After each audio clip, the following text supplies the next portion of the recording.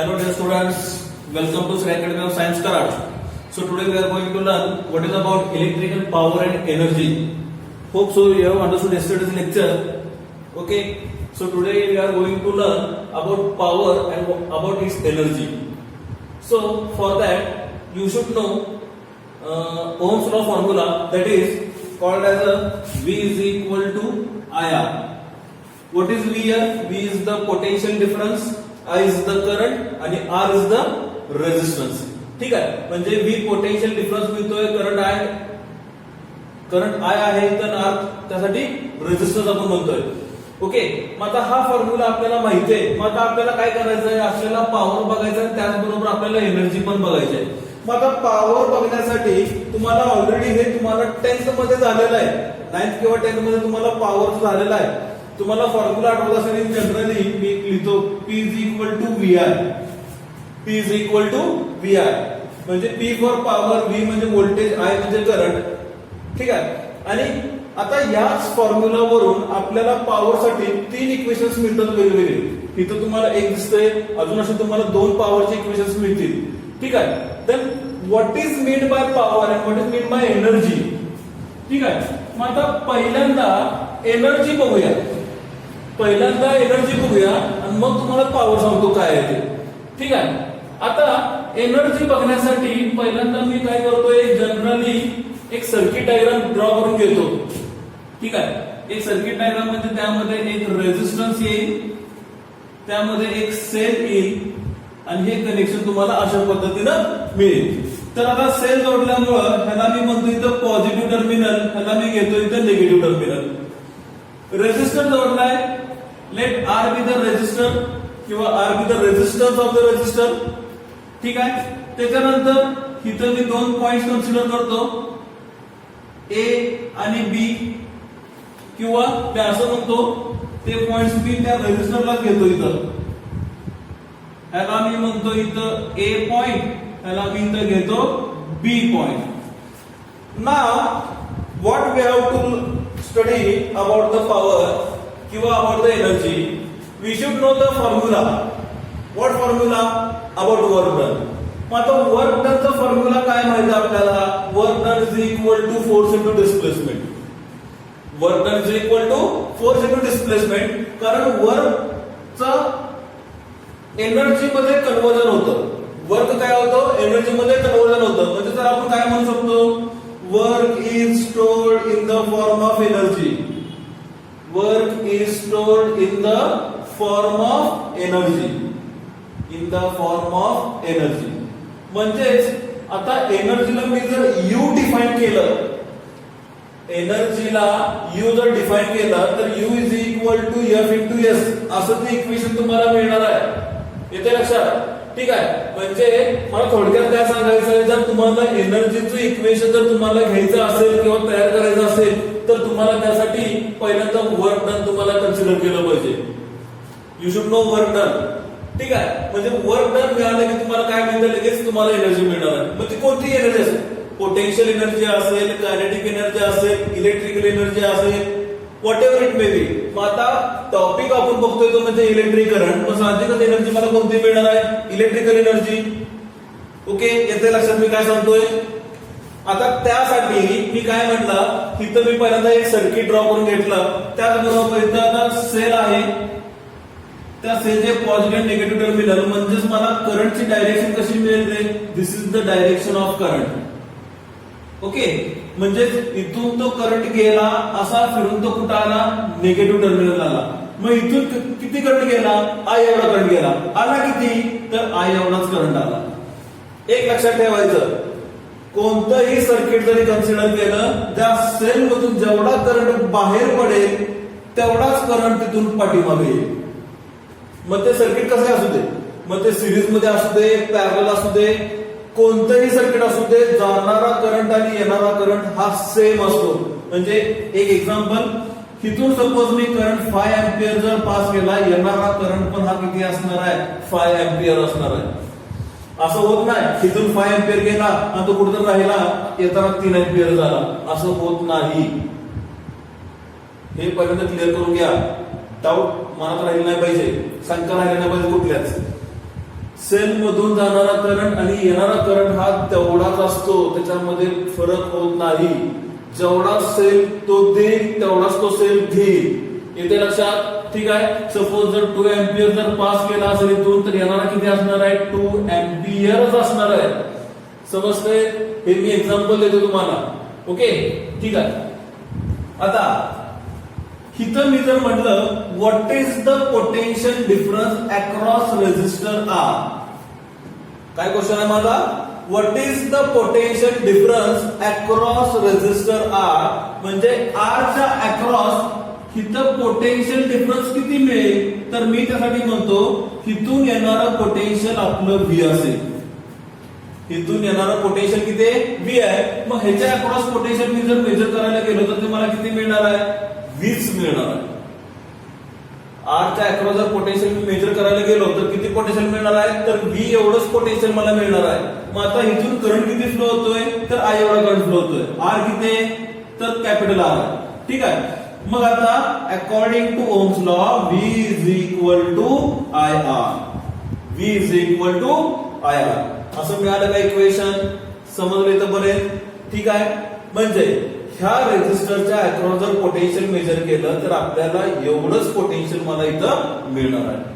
मग आता ते सांगण्यासाठी, आता एनर्जी सांगण्यासाठी मी काय करतोय बघा. Suppose this is the cell. हा मी एक सेल कन्सिडर केला. ठीक आहे. सेलचा हा टर्मिनल पॉझिटिव्ह, हा टर्मिनल त्याचा निगेटिव्ह. इथून तो करंट गेला तो म्हणजे आय, इथून तो करंट गेला तो म्हणजे आय. म्हणजे जाणारा करंट आणि येणारा करंट काय झाला? सेम झाला. ठीक आहे. आता बघा मी काय म्हणतोय. सपोज इथं मी पॉइंट असा कन्सिडर केले, असे कन्सिडर केले. आता इथून टोटल पोटेन्शियल आपलं किती आहे? तर व्ही. मग आता पॉझिटिव्ह साठी काय करायचं आहे? पॉझिटिव्हला मला इथं म्हणायचं आहे व्ही पोटेन्शियल, किंवा फक्त व्ही पोटेन्शियल म्हणायचं. म्हणजे पॉझिटिव्ह टर्मिनलच्या बाजूला फक्त व्ही म्हणलं आणि इकडे निगेटिव्ह टर्मिनलला मी म्हटलं इथं 0. म्हणजे पोटेन्शियल फक्त मी काय केलं? डिवाइड केलं. डिवाइड म्हणजे काय? पोटेन्शियल कुठून मिळतं तुम्हाला, किंवा पोटेन्शियल फ्लो होतो, कसा फ्लो होतो हे तुम्हाला माहित पाहिजे. It is very important. Potential कसा फ्लो होतो? Potential flows from higher to lower. How potential flows? Potential flows from higher to lower. Potential flows from higher to lower. म्हणजे हायर कोण आहे? पॉझिटिव्ह का निगेटिव्ह? साहजिकच पॉझिटिव्ह असणार आहे. मग पोटेन्शियल कसा फ्लो होणार? या हायर पासून फ्लो होणार ते कुठं पर्यंत? लोअर पर्यंत. ठीक आहे. त्यामुळे पॉझिटिव्हला मी इकडे व्ही म्हणलंय आणि निगेटिव्हला मी इकडे 0 म्हणलंय. ठीक आहे. म्हणजे मी आता इथं जर 2 पॉइंट्स मी कन्सिडर केले तर इथं ए वरती कोणतं पोटेन्शियल मिळणार? व्ही मिळेल का 0 मिळेल? बघा बरं. पॉझिटिव्ह टर्मिनल पासून काय मिळाला मला? इथं या पॉइंटला व्ही मिळाला. इथं निगेटिव्ह पासून मला या पॉइंटला काय मिळाला? 0. ठीक आहे. मग आता बघा बरं, हा पॉझिटिव्ह टर्मिनल कुठं जोडलाय? ए ला जोडलाय का बी ला जोडलाय? ए ला जोडलाय. म्हणजे इथं पोटेन्शियल मला किती मिळणार? व्ही. निगेटिव्ह कुठं जोडलाय? निगेटिव्ह बी ला जोडलाय. इथं पोटेन्शियल किती मिळणार? 0. This is very important to solve the examples for circuit, किंवा सर्किट एक्झाम्पल सोडण्यासाठी तुम्हाला हे अत्यंत येणं गरजेचं आहे. कारण ह्याच्यावरून तुम्हाला ते एक्झाम्पल खूप सोपे होते. It will be very easy to solve this example because of V and 0. ते तुम्हाला डिस्ट्रीब्यूट करायचं जमलं तर तुम्हाला 100% एक्झाम्पल सॉल्व्ह करता येणार आहे. ठीक आहे. त्यामुळे नेहमी लक्षात ठेवायचं, पॉझिटिव्ह टर्मिनल पासून जे पोटेन्शियल आपल्याला देता येतंय ते पोटेन्शियल म्हणजे व्ही, आणि निगेटिव्ह टर्मिनल पासून जे पोटेन्शियल आपल्याला द्यायचं ते म्हणजे 0. नोट डाऊन करा. पॉझिटिव्हच्या टर्मिनलला व्ही पोटेन्शियल, निगेटिव्हच्या टर्मिनलला 0 पोटेन्शियल. ओके. आता करंट फ्लो झाला म्हणजे ह्या सेलनं काय केलं? सेलनं काहीतरी एनर्जी त्या चार्जला दिली. आता according to the definition of current, current काय सांगतो आपण? I is equal to Q upon T. What is current? The rate of flow of charge. The rate of flow of charge म्हणजे I is equal to Q upon T. मग Q हा charge काय करणार आहे? Flow करणार आहे. म्हणजे इथून जाणार आहे कोणता चार्ज? Q. इथून येणार आहे कोणता चार्ज? Q. बरोबर. बघ आता मी काय सांगतोय, करंट तर सेम आहे, पण आता सेल ज्या वेळेला चार्जेसला पाठवतोय तर त्यावेळेला त्याच्याकडे काहीतरी एनर्जी असते. सेल ज्या वेळेला चार्जला इथून पाठवतो पॉझिटिव्ह टर्मिनल पासून, त्यावेळेला ज्यावेळेला तो फिरून येईल त्यावेळेला इथं येताना त्या चार्जची एनर्जी इथं किती असणार आहे, अगदीच लेस किंवा 0 म्हटलं तरी चालेल. कळतंय का मी काय सांगतोय? हा सेल आहे. सेल काय करतो? सेल त्या चार्जला एनर्जी देतोय. एनर्जी दिल्यानंतर तो काय करतोय, सर्किट मध्ये गोल फिरून पुन्हा कुणाला एनर्जी सप्लाय करतोय किंवा एनर्जी देतोय. आणि एनर्जी देऊन आल्यानंतर त्याच्याकडची शेवटची एनर्जी शिल्लक काहीतरी राहत असेल, मी म्हणतो लेस असेल त्यावेळेला, किंवा सगळ्यांना वाटून तो शेवटला 0 झाला, मग ती एनर्जी तुम्हाला कुठं मिळणार आहे, निगेटिव्ह टर्मिनलला, 0 एनर्जी. येते लक्षात? म्हणजे एक एक्झाम्पल मी देतो. तुम्ही आता स्कूल फ्रेंड्स असाल, तुम्ही काय करता रे, एखादा बर्थडे जर जवळ आला तर सगळे मित्र काय करतो, आपण त्या बर्थडे बॉय आहे किंवा बर्थडे गर्ल आहे तर त्याच्याकडे आपण काय करतो, पार्टी मागतो. ठीक आहे. मग बर्थडेच्या दिवशी बाकीची कोण पार्टी देतं का? ज्याचा बर्थडे आहे तोच पार्टी देतो. मग तो काय म्हणतो, चला मी आज तुम्हाला पार्टी देतो. मग त्याच्याकडे जो मनी आहे ती एनर्जी आहे. त्याच्याकडे जी मनी आहे तुम्हाला पार्टी देण्यासाठी ती एनर्जी आहे. ती काय केलं, त्यानं पार्टी दिली म्हणजे दुकानदाराला त्यानं पैसे दिले, त्यामुळे तुम्हाला तिथलं काय काय साहित्य मिळालं. मग तो वडापाव असेल, समोसा असेल, what ever it may be. म्हणजे जे काही त्यानं खरेदी केलं त्याला पैसे दिले, मग ती एनर्जी त्याच्याकडे जी होती ती काय झाली, तिथं लॉस झाली का? खिशात 100 रुपये होते, 100 रुपये मी काढून त्या दुकानदाराला दिले, म्हणजे जेवढी एनर्जी माझ्याकडे 100 रुपयाची होती ती एनर्जी माझ्याकडे राहिली का? आता ती लॉस झाली ना. मग तसंच तिथं काय करतोय, हा सेल त्या चार्जला एनर्जी देतोय सुरुवातीला, पण तो ज्या वेळेला सर्किटमध्ये गोल फिरतोय मग त्याच्या वाटेत जर कुठं जर रेझिस्टर आला तर त्या रेझिस्टरला तो एनर्जी काय करतोय, देतोय. मग एनर्जी ह्या रेझिस्टरला दिल्यामुळं त्यानं काय केलं रे, इथं लॉस ऑफ एनर्जी, त्याची एनर्जी लॉस झाली. मग इथं जी एनर्जी लॉस झाली त्याला आपण म्हणतोय एनर्जी डिसिपेटेड. Energy dissipated. हिथं एनर्जी घालवली, स्पेंड केली म्हणजे त्याला आपण काय म्हणतोय, डिसिपेटेड. मग असं करत करत जेवढे रेझिस्टर वाट्यामध्ये असतील तिथं तो एनर्जी देत येणार आणि शेवटी त्याच्याकडे एनर्जी काय असणार आहे, अगदीच कमी असेल किंवा त्याच्याकडे एनर्जी 0 असेल. येते लक्षात? ठीक आहे. मग आता हिथून त्यानं एनर्जी दिली. आता एनर्जी दिली म्हणजे थोडक्यात त्यानं काय केलं, थोडक्यात त्यानं वर्क डन केलं. कुणी वर्क डन केलं, कुणावरती वर्क डन केलं, तर ह्या सेलनं वर्क डन केलं. कुणावरती केलं, तर ह्या चार्ज वरती वर्क डन केलं.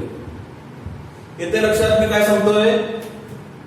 कोणी वर्क डन केलं, तर ह्या सेलनं वर्क डन केलं. कुणावरती केलं, तर ह्या चार्ज वरती केलं. ठीक आहे. म्हणजे तो चार्जला त्या सर्किट मध्ये पास करायला सांगतोय. मग आता work is done on the charge with potential V, किंवा आपला फॉर्म्युला आपला असा आहे, V is equal to work done by cell on unit charge Q. What is potential difference? बघा, potential difference is equal to work done by a cell on unit charge. म्हणजे जो unit charge आहे त्याच्यावरती त्यानं work done केलं आणि तो work done केल्यानंतर तो काय झाला, सर्किटमध्ये गोल फिरला आणि कुठं त्याच्या वाटेत रेझिस्टर आल्यानंतर त्यानं ती एनर्जी काय केली, डिसिपेट केली आणि मग तो कुठं आला, at the end of the negative terminal. इथे लक्षात समजतंय? मग आता this is your formula for potential difference. What is V? V is equal to work done by cell on unit charge. मग आता इक्वेशन मी जर अरेंज केलं तर इक्वेशन काय मिळणार, वर्क डनचं W is equal to QV. W is equal to QV. Note down करा, हा फॉर्म्युला नोट डाऊन करा, V चा आणि W चा.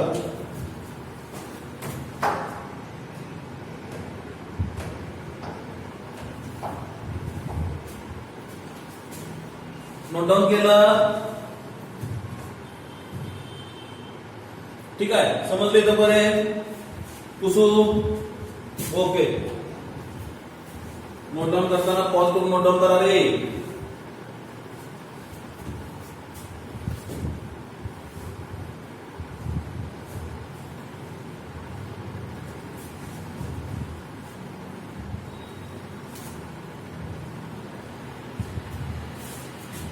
चलो काय मिळाला फॉर्म्युला, तर V is equal to work done by cell on unit charge cube, therefore work done is equal to W is equal to QV. This is the work done for electrical circuit. आपला work डनचा formula काय होता, work done is equal to force into displacement. आता इथे कुठं force आपण apply करतोय का, कुठेच अप्लाय करत नाही, इथं चार्जेस मूव्ह करतोय. ठीक आहे, त्यामुळे इलेक्ट्रिकल सर्किट मध्ये वर्क डनचा फॉर्म्युला काय मिळतोय, तर W is equal to QV. Similarly electrostatics topic मध्ये पण तुम्हाला वर्क डनचा फॉर्म्युला हाच मिळेल, W is equal to QV. ठीक आहे, लक्षात राहिलं पाहिजे. आता वर्क डनचं इक्वेशन मिळालं. आता मी काय म्हणतो, जसं मी मगाशी म्हणलो, work is stored in the form of energy. ठीक आहे, इथे लिहितो work is stored in the form of energy which is denoted as U. म्हणजेच काय घेऊया, किंवा आपण ह्याला इथं E म्हणूया. E, energy for E is equal to QV. Energy is equal to QV. समजलं इथं बरे, कळालं? Okay.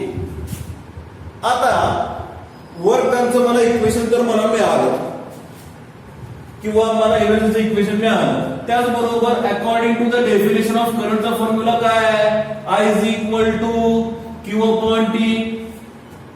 I is equal to Q upon T.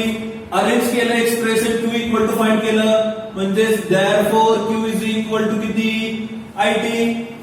Q equal to IT. मग आता Q ची व्हॅल्यू इथं सबस्टिट्यूट करा, म्हणजे मला वर्क डनचं इक्वेशन किती मिळेल, W is equal to Q म्हणजेच किती, IT इंटू V. ठीक आहे, मग त्याचबरोबर मी एनर्जीचं इक्वेशन काय लिहू शकतो, energy is equal to IT V. समजलं? पण लिहिताना आपण ह्या फॉर्म मध्ये लिहितो VIT. आलं का लक्षात? समजलं का? Work done is equal to VIT and work is stored in the form of electrical energy is equal to VIT. आता इथं इलेक्ट्रिकल एनर्जी बरोबर आपण त्याला हीट एनर्जी पण म्हणू शकतो, हीट एनर्जी. आता हीट एनर्जी म्हणजे का सांगितलं आपण हीट एनर्जी, कारण सर्किट ज्या वेळेला आपण पाहतोय तर इथून पोटेन्शियल अप्लाय केल्यानंतर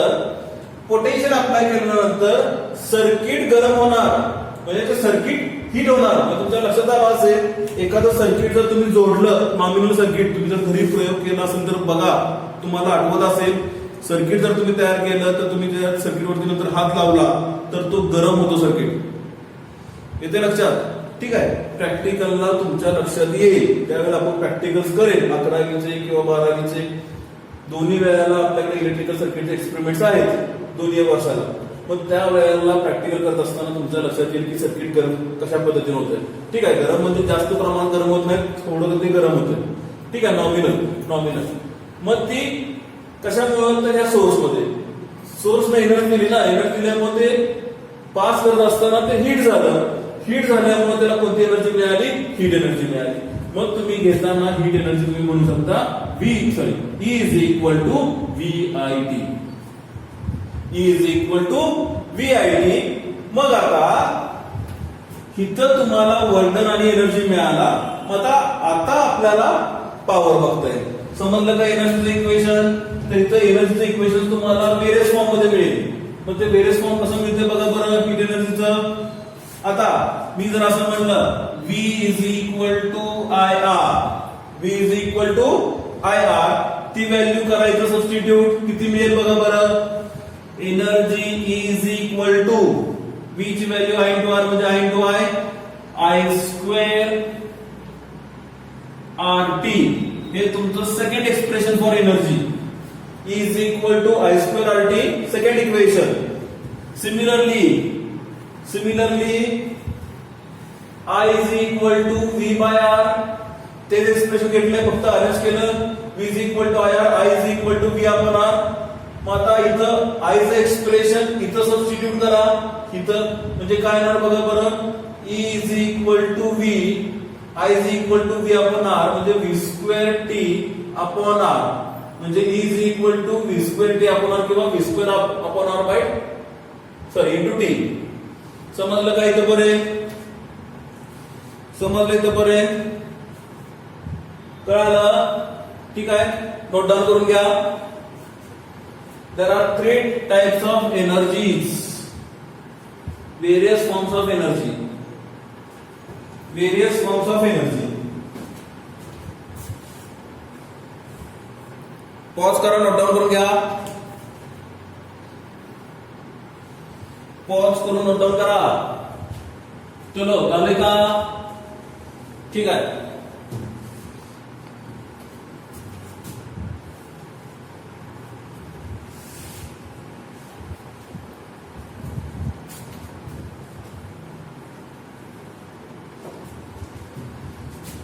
W is equal to QV, E is equal to QV, त्याचबरोबर E is equal to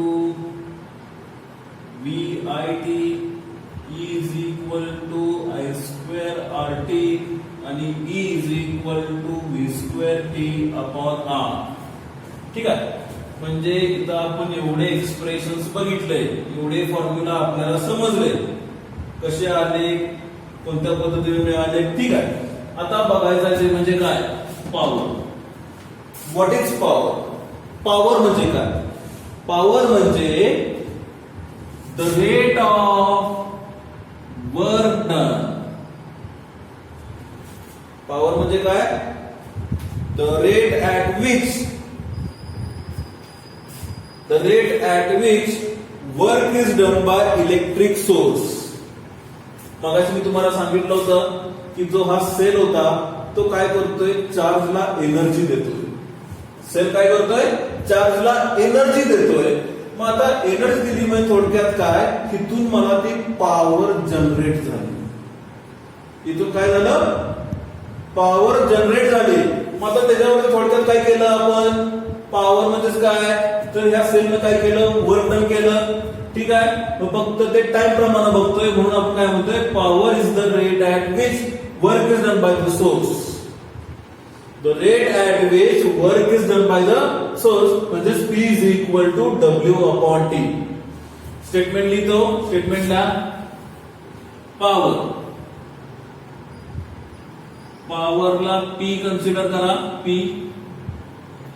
the rate at which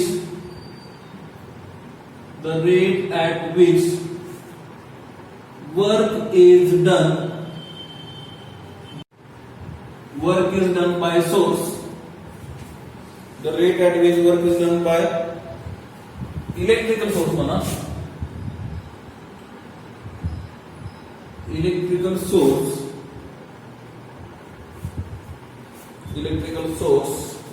is called electric power.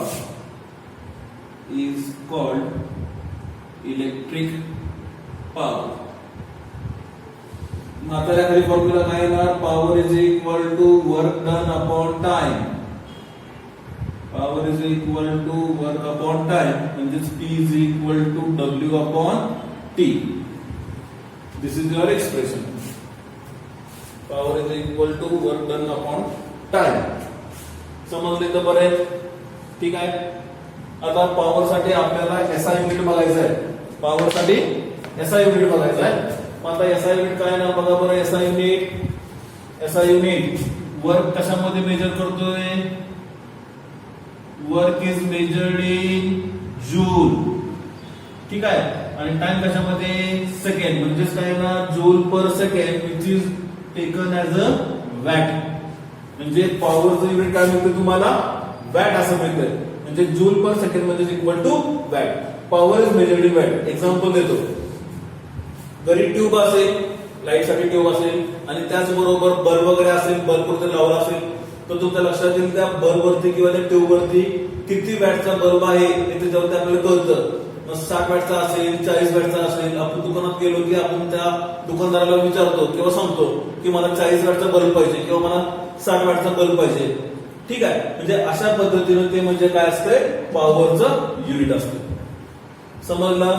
म्हणजे SI unit joule per second is equal to watt. मग तसंच मी असंही म्हणू शकतो 1 watt is equal to 1 joule upon 1 second, म्हणजे 1 joule of work is done असे म्हणू शकतो मी.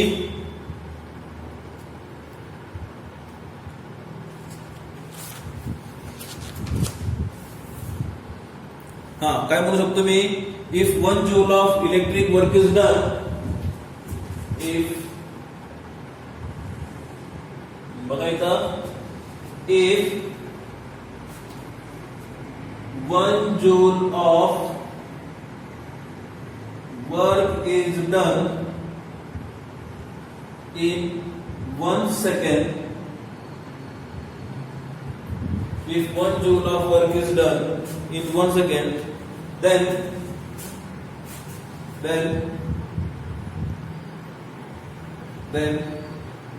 the power is 1 watt.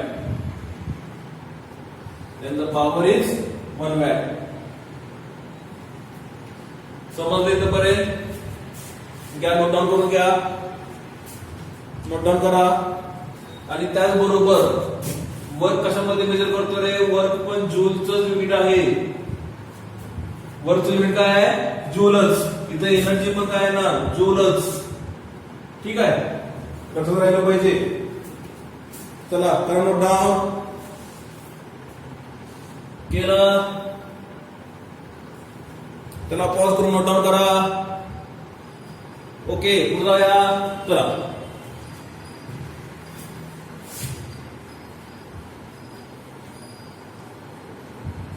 आता पॉवरचं इक्वेशन लिहायचं आहे आपल्याला.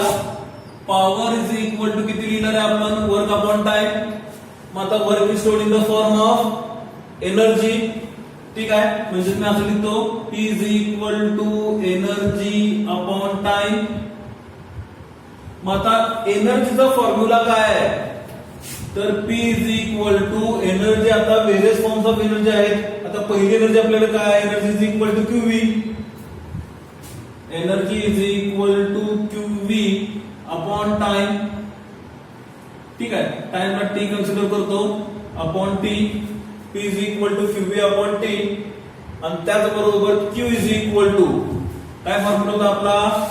I is equal to Q upon T. Therefore Q is equal to IT. मग ती व्हॅल्यू पुट केली. P is equal to ITV upon T. T ला T कॅन्सल, म्हणजे P is equal to IV. P is equal to IV. समजलं एक formula? P is equal to IV, current into potential. जसं आता एनर्जीला मला 3 formula मिळाले, तसेच मला पॉवर साठी पण मला 3 फॉर्म्युला मिळतील. येईल का सॉल्व्ह करायला? येईल का सॉल्व्ह करायला? सेम मगाशी तसं एनर्जी फाइंड केली त्याच पद्धतीनं. ओके, मग आता बघा, P is equal to IV. मग according to potential difference ohm's law पद्धतीनं V is equal to IR. तिथं व्हॅल्यू पुट केली, काय ना? P is equal to I. V म्हणजेच पुन्हा I इंटू R, म्हणजेच P is equal to I square R. हे इक्वेशन 2 घेऊया, ह्याला इक्वेशन 1 म्हणूया. ठीक आहे, त्याच्यानंतर again ohm's law. Therefore I is equal to V by R. ही व्हॅल्यू करायचं सबस्टिट्यूट. किती येते बघा बरं? म्हणजेच power P is equal to V. I म्हणजे किती? V अपॉन R, म्हणजेच P is equal to V square upon R. This is your third expression power. चला करा नोट डाऊन. पॉवर एनर्जी जवळजवळ सेमच आहे, फक्त एनर्जीला टाइम T राहतोय. चेक करू शकता. बघा इथं P is equal to IV, इथं E is equal to V आहे. फक्त T त्याला मल्टिप्लाय झाला. इथं P is equal to I square R, इथं E is equal to I square R into T. तिसरं P is equal to V square upon R, E is equal to V square upon R, फक्त multiply by T. म्हणजे T तिथं फक्त multiply केला की तुम्हाला एनर्जीचं expression मिळालं. What is my point? Clear होतंय? काय अडचण असेल तर मला व्हॉट्सअप करा. ठीक आहे, समजलं काय? तर बरे समजलं? पुढे जाऊया, चलो.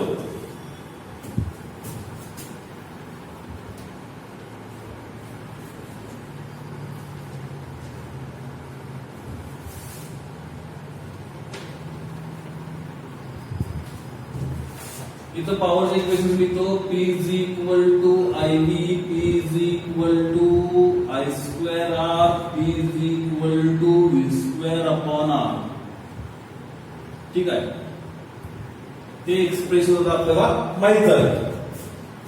आता काय वेळेला काय होतं, आता ह्या म्हणजे एखादं न्यूमरिकल तुमच्या समोर असेल आणि त्या न्यूमरिकल मध्ये समजा तुम्हाला करंट किंवा एनर्जी किंवा पॉवर हे जर तुम्हाला कॉन्स्टंट दिलं नसेल, बघा मी काय म्हणतोय,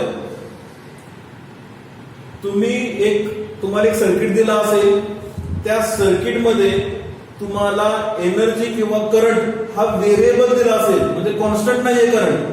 ठीक आहे, मग त्या वेळेला तुम्ही काय करणार, जर व्हॅल्यूज जर कॉन्स्टंट असतील, व्हॅल्यूज आर कॉन्स्टंट, जर तुमच्या व्हॅल्यूज जर कॉन्स्टंट असतील तर तुम्ही डायरेक्टली एक्सप्रेशन सॉल्व्ह करायचं आहे, डायरेक्टली फॉर्म्युला घ्यायचा आहे कुठलाही. ठीक आहे, मग आता मला काय म्हणायचं आहे, if values are not constant, if they are variable,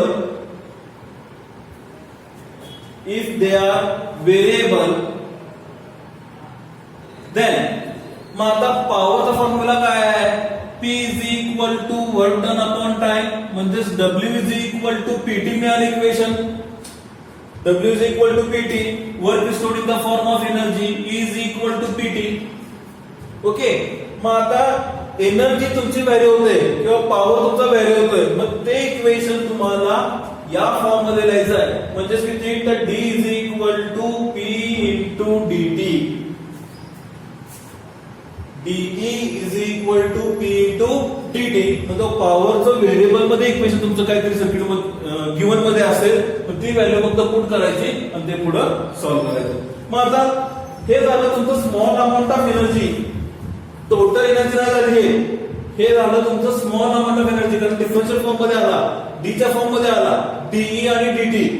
okay, मग आता टोटल एनर्जी फाइंड करण्यासाठी मला काय करावं लागेल, किंवा डिफरन्शिएट केलं तर मी काय मिळणार, integration of DE is equal to integration of P into DT. मग इंटिग्रेशन ऑफ DE चे किती मिळेल, तर E is equal to integration of form मध्ये P into DT. This is the final expression. म्हणजे जर व्हेरिएबल मध्ये जर तुमच्या व्हॅल्यूज असतील तर तुम्हाला ह्या फॉर्म्युलाचा तुम्हाला उपयोग करायचा आहे. याच्यावरती मी एक एक्झाम्पल घेणार नाही, म्हणजे तुमच्या लक्षात येईल काय केलंय. फक्त काय म्हणलंय मी, if the values are constant, तुम्हाला हे डायरेक्टली इक्वेशन्स तुम्हाला युज करायचे डायरेक्टली. ठीक आहे, आणि जर तुम्हाला व्हेरिएबल फॉर्म मध्ये जर असेल, म्हणजे ती व्हॅल्यू कमी जास्त जर होत असेल, तर तुम्हाला हा फॉर्म्युला तुम्हाला काय करायचा आहे, युज करायचा आहे. मग ठीक आहे, मग त्यासाठी लिहा, if values are constant use direct formulas, if values are not constant, if they are variable, मग त्याच्या खाली हे फॉर्म्युला आहे. ठीक आहे, पॉज करा आणि नोट डाऊन करा, पॉज करून नोट डाऊन करा. आता एक्झाम्पल बघूया आपण, पॉज करून नोट डाऊन करा.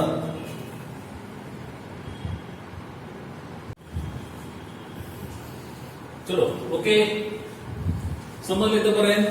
आता हे दोन एक्झाम्पल्स आपण घेतोय, म्हणजे त्या दोन एक्झाम्पल्स पूर्ण सॉल्व्ह करताना तुमच्या लक्षात येईल की आपल्या कोणत्या पद्धतीने आपल्याला एक्झाम्पल सॉल्व्ह करायचे.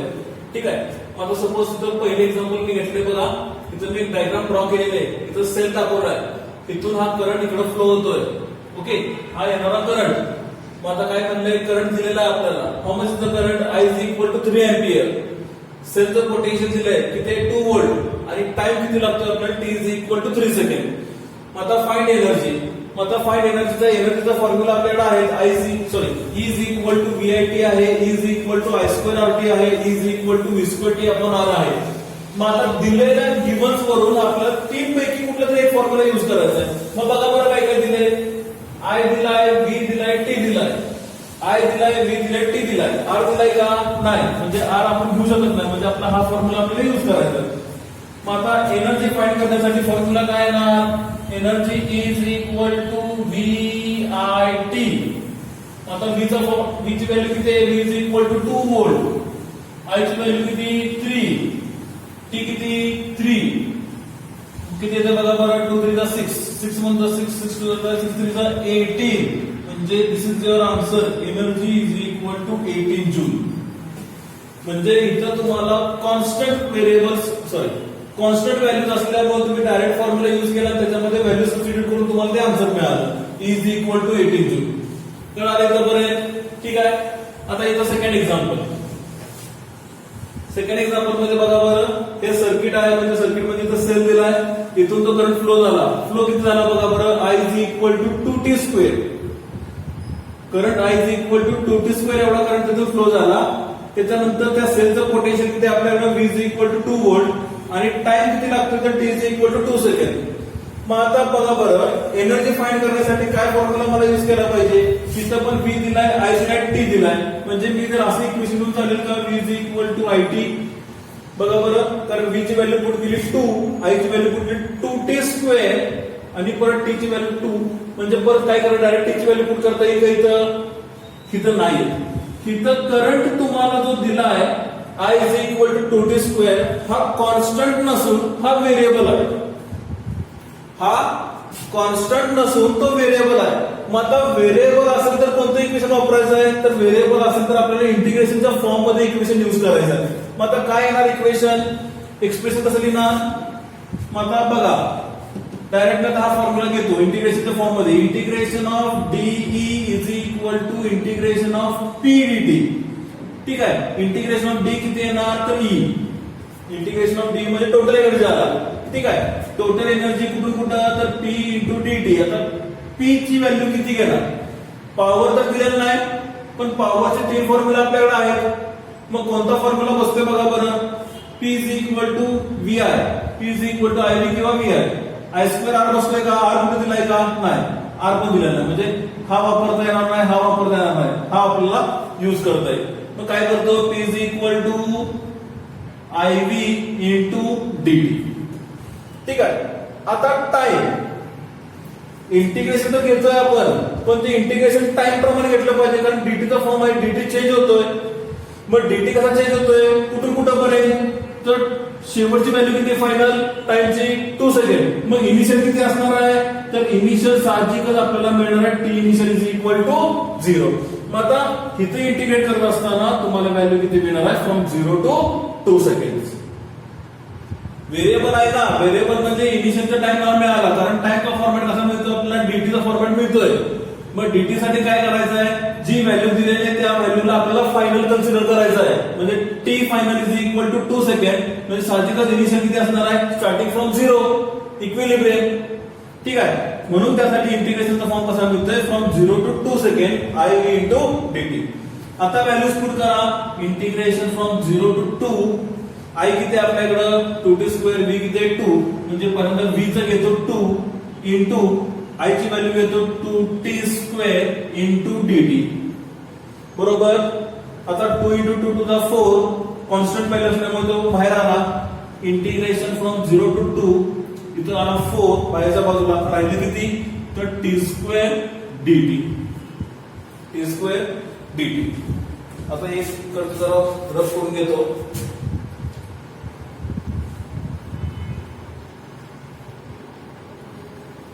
T square dt. आता किती येते बघा बरं? E इज इक्वल टू 4 इंटिग्रेशनचा फॉर्म टी स्क्वेअर dt. म्हणजे मी काय म्हणतो तो फॉर्म्युला इथे लिहितो बघा. जर आपल्याला इंटिग्रेशनचा फॉर्म x स्क्वेअर dx जर असेल तर काय येणार आहे? x cube by 3. इंटिग्रेशनचा फॉर्म x स्क्वेअर dx असेल तर x क्यूब बाय 3. म्हणजे कसं येते बघा, इथं स्क्वेअर आहे मल्टिप्लाय बाय x म्हणजे किती क्यूब आला आणि जो पॉवर आहे त्याला फक्त काय करायचं? त्या व्हॅल्यूनं डिवाइड करायचं.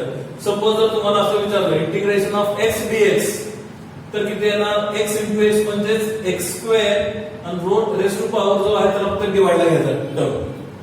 येते लक्षात? समजलं? मग याच फॉर्म मध्ये ते आहे बघा टर्म टी स्क्वेअर dt. फक्त x त्या ठिकाणी टी स्क्वेअर dt म्हणजे किती येणार? टी स्क्वेअर dt चा t क्यूब अपॉन 3. ओके. काय येणार इथं t³/3 आणि लिमिट त्याचे काय येणार फ्रॉम 0 to 2 सेकंड्स. आता काय करायची, टी ची व्हॅल्यू सबस्टिट्यूट करायची आणि घेताना फायनल मायनस इनिशियलचा फॉर्म्युला आपला मग कसं येतंय बघा बरं. E = 4, टी म्हणजे किती येणार 2³/3 मायनस टी ची व्हॅल्यू किती 0³/3. ओके, म्हणजे किती येते बघा बरं. हा 4 ऍज इट इज 2³ 2 2 4 4 2 8 8/3 मायनस 0³ 0 0/3 0, म्हणजे फक्त टर्म तुमची एवढीच राहील. किती येते बघा बरं. आता कॅल्क्युलेट करा. 4 8 दिस इज युअर फायनल आन्सर. कळालं, समजलं कशा पद्धतीने सॉल्व्ह करायचं आहे, काय फॉर्म्युला यूज करायचा आहे, कधी तुम्हाला इंटिग्रेशन यूज करायचं आहे, कधी तुम्हाला डायरेक्ट यूज करायचं आहे. जर कॉन्स्टंट असेल तर डायरेक्ट फॉर्म्युला यूज करायचा आहे. जर कॉन्स्टंट नसेल, व्हेरिएबल मध्ये असेल, व्हेरिएशन असेल तर तुम्हाला इंटिग्रेशनचा फॉर्म यूज करायचा आहे. ठीक आहे. पुढच्या लेक्चरला मी तुम्हाला नंबर ऑफ एक्झाम्पल तुम्हाला सॉल्व्ह करून देतो. ठीक आहे. मग आजचं लेक्चर जर तुम्हाला आवडला असेल तर प्लीज या व्हिडिओला लाईक करायला विसरू नका आणि त्याचबरोबर तुमच्या मित्रांच्या बरोबर पण हा व्हिडिओ शेअर करा. आणि जर या चॅनलला सबस्क्राईब केलं नसेल तर प्लीज या चॅनलला पण सबस्क्राईब करा. ठीक आहे. तर this is our today's lecture. So thank you all of you. If any doubt please ask my WhatsApp number. ठीक आहे. ओके.